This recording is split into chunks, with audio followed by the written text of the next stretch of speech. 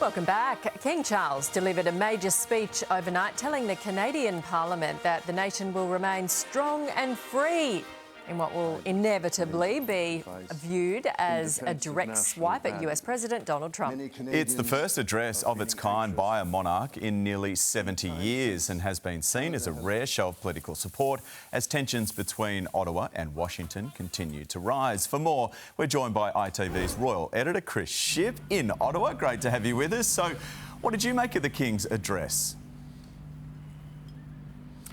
Lovely to be with you for a different country. How are you? Well, listen, I think one of the key points here is this is the second realm that he's visited as king. Of course, you guys got there first when he went to Australia last year. But what I made of this address today was not just the sort of significance historically. His mother, Queen Elizabeth, was the last person to do such a speech to open a new session of the Parliament here in 1957.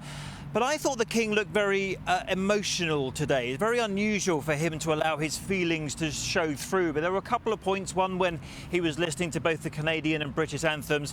Another point at the very end of that speech he made in the Parliament there, where his voice seemed to just crack a little bit. And I wonder whether, as King of Canada and someone who's really invested in this country, whether the whole row with Donald Trump and the way in which it's made Canada feel vulnerable, that's weighing quite heavily on him as their king.